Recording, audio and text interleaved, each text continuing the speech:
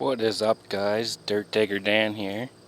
Today we're going to freshen up the top of the garden beds because they get worn down after a while with your watering and whatnot.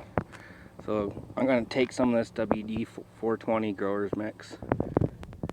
It's got the max root, slow release fertilizer, and high porosity wood fibers. Really good shit. And then over here we got got worm castings. So what I add in there is compost with worm castings, and it's got some peat moss in it. It's got a 0.555. It's good stuff. So you take that, and then that's your worm castings, and you take this stuff here, take your 4 or 5 shovelfuls of that, mix it up in there, and then you hit down in these garden beds here. You can see those are cannabis roots, like that. Cannabis roots, and you'll see feeding roots all up in the tops, and you want to cover those up. So when you get in here, you want to cover all that up with your substrates that you've mixed up, and then after that, after this is mixed with our good shit, you come over here as I'm brewing compost tea. I run the compost tea for about 48 hours. There she is brewing up. So you take that and you water it in down in there. Once you got her all covered up, you're going to water that in real nice with your watering can, and you're going to watch these babies thank you for it later, big time later. Anyways, might as well do a little update here on the plants.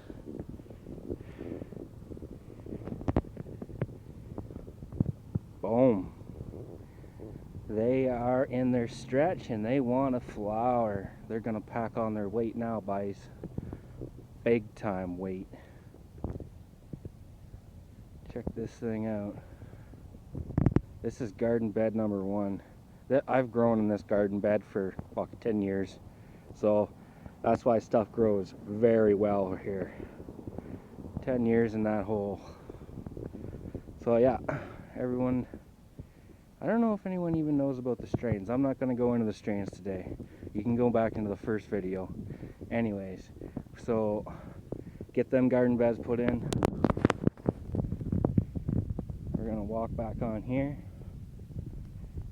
I got 4 plots back here. 4 plots.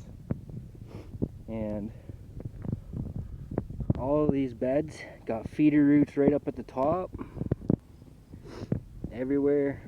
So we're gonna cover this up, refresh all that in every hole. And then today I got zesty and I got a trellis net put in. I should have had 2 trellis nets already in here, but just ain't got the time, bud. So I've got my trellis net in 15 feet. Didn't quite make her to the last plant.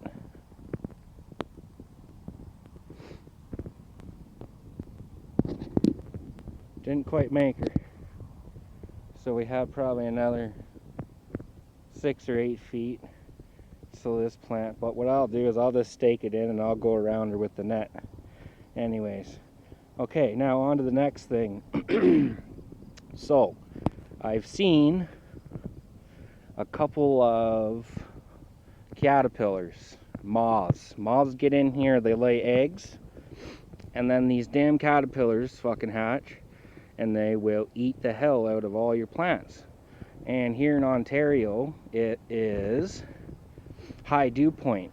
You know, August, you wake up in the morning, you come out, check the plants, you need your rubber boots, because if you walk out here, you're soaked.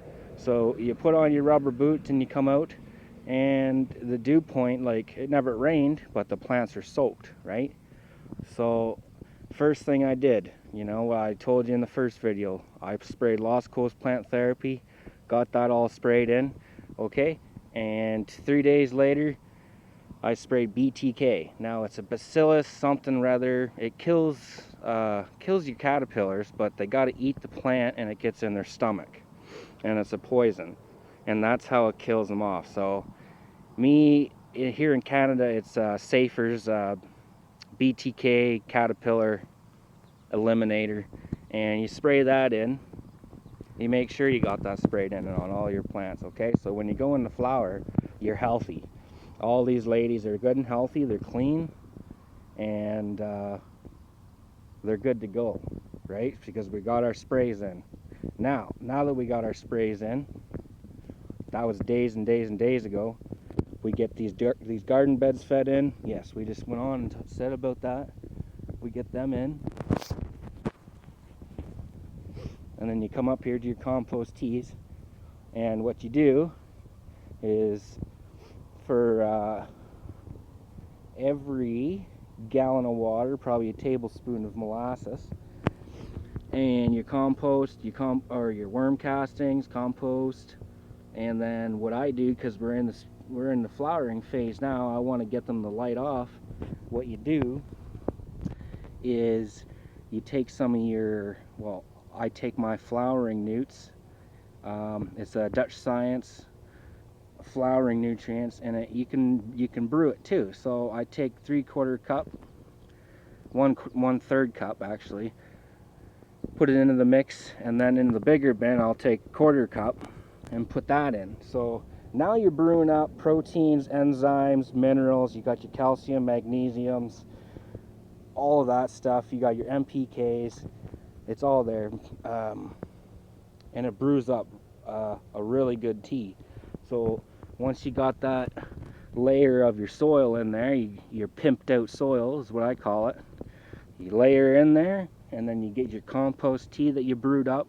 I brew it for 48 hours every time, and you're going to water that in, and these plants are going to love it. They're going to thank you for it this time. And I think that's about it. So these plants are probably going to get netted, or trellis netted, but maybe not. They may go bamboo. I may stack bamboo like I usually do in this fucking back corner here, but I don't know. Let me guys know what you think. Also, I noticed, yeah, I got couple subscribers there. Highland Grower, Hidden in Plain Sight. That guy is fucking cool as shit.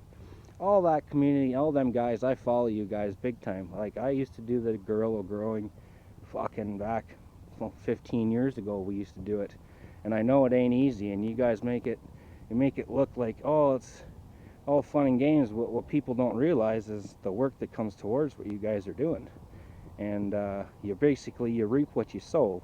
So anyways, that's my spiel on this stuff here. So you get yourself some worm castings and all that shit. Make sure you're pimping your teas out every week, and then you get on your flowering nutrients. Okay, that's it, guys. Dirt Digger Dan out.